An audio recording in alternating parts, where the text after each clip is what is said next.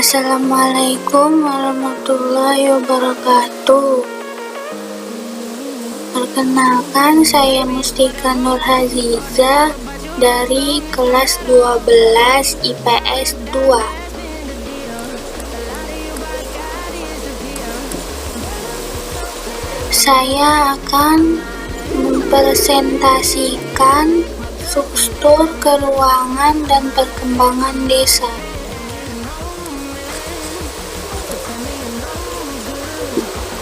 Pengertian desa berasal dari bahasa Sanskerta desi, artinya tanah kelahiran atau tumpah darah. Istilah-istilah desa berbagai macam, yaitu gampong berasal dari Aceh, nagari atau kampungan dari Sumatera Barat, lembang dari Sulawesi Selatan, kampung dari Jawa Barat dan Kalimantan Timur, dusun Jawa Tengah dan Jawa Timur, Banjar dari Bali, Wanua Sulawesi Utara, Gaungkang Makassar, Negeri Maluku. Selanjutnya, 1. Menurut UU Nomor 6 Tahun 2014, desa adalah kesatuan masyarakat yang memiliki batas wilayah yang berwenang untuk mengatur dan mengurus urusan pemerintah. Kepentingan masyarakat setempat berdasarkan prakarsa masyarakat, hak asal-usul dan hak tradisional yang diakui dan dihormati dalam sistem pemerintah Negara Kesatuan Republik Indonesia. Menurut para ahli pengertian desa, menurut Sultajo Karto Hadikusumo, mengidentifikasikan desa sebagai suatu kesatuan hukum di mana bertempat tinggal suatu masyarakat yang berkuasa menghadapkan pemerintahnya sendiri. Menurut Bintarto, desa adalah perwujudan geografis yang ditimbulkan oleh unsur-unsur fisiografi, sosial, ekonomis, politis, dan kultural yang terdapat di situ dalam hubungannya dan pengaruh timbal balik dengan daerah-daerah lainnya.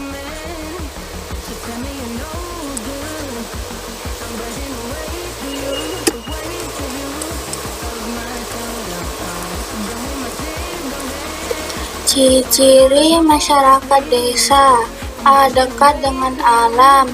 B. Ikatan sosial kuat. C. Adat istiadat dan norma agama kuat. D. Hubungan kekerabatan bersifat pengayuban. E. Pola pikirnya tradisional dan irasional. F. Struktur ekonomi agraris. Unsur-unsur desa: A. Wilayah, meliputi tanah, letak, luas, batas, bentuk, dan topografi. B. Penduduk, meliputi jumlah, kepadatan, dan persebaran, dan mata pencarian. Yang C. Tata kehidupan, meliputi seperti gotong royong, adat istiadat, tradisi, aturan, dan norma hukum informal.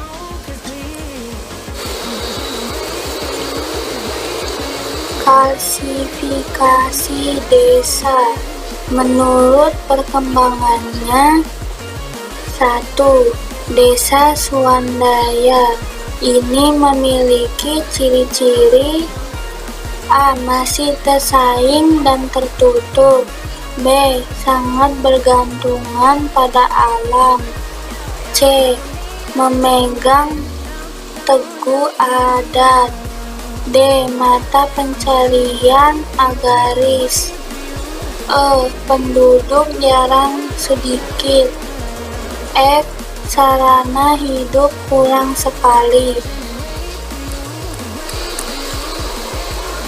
2. Desa swakarya ini memiliki ciri-ciri: A. Tidak terisolir tapi jauh dari kota. B. Adat istiadat mulai longgar. C. Perekonomian mulai berkembang. D. Infrastruktur memadai seperti pendidikan, jalur lalu lintas, dan lain-lain. E. Teknologi mulai digunakan. 3.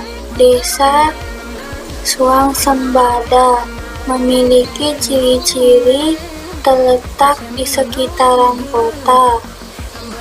B. Mata pencarian sangat beragam. C. Infrastruktur lengkap dan maju. D. Teknologi atau modernisasi pembangunan. E. Pendidikan dan mobilitas rakyat tinggi. Selanjutnya, potensi desa. Potensi desa.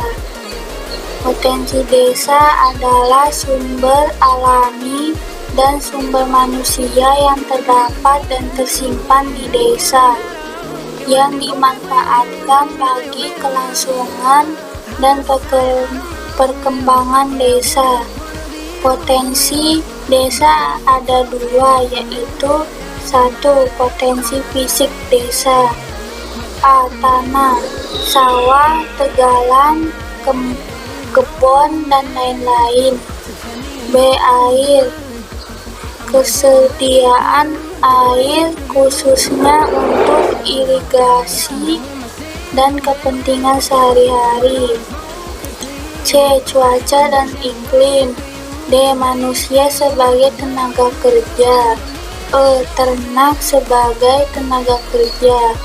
2. Potensi non-fisik desa. A. Masyarakat desa. Masyarakat desa adalah kelompok sosial dengan hubungan yang erat dengan tingkat solidaritas yang tinggi. B. Lembaga dan organisasi sosial. Suatu badan perkumpulan yang membantu masyarakat desa dalam kehidupan sehari-hari. C. Aparatur dan pamong desa. Aparat desa memiliki tugas untuk menjaga kelancaran administrasi dan menggerakkan sumber daya manusia di desa. Pola pemukiman penduduk desa. 1.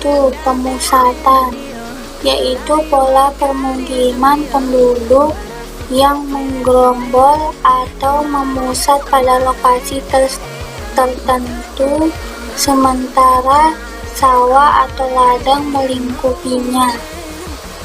Faktornya yaitu: A. Topografinya datar. B. Sumber air tanah dalam. C. Tanahnya subur. D. Faktor keamanan. Kedua, penyebaran adalah pola pemukiman penduduk yang menyebar atau tersebut tidak merata di berbagai tempat. Faktornya: A. Topografi tidak merata. B. Sumber air tanah dangkal. C. Tanahnya tidak subur,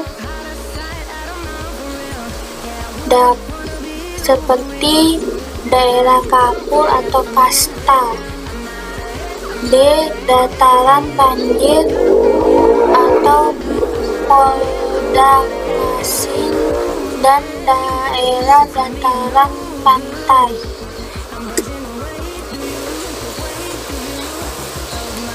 Tiga. Memanjang adalah pola permukiman penduduk yang memanjang mengikuti pola atau fasilitas tertentu.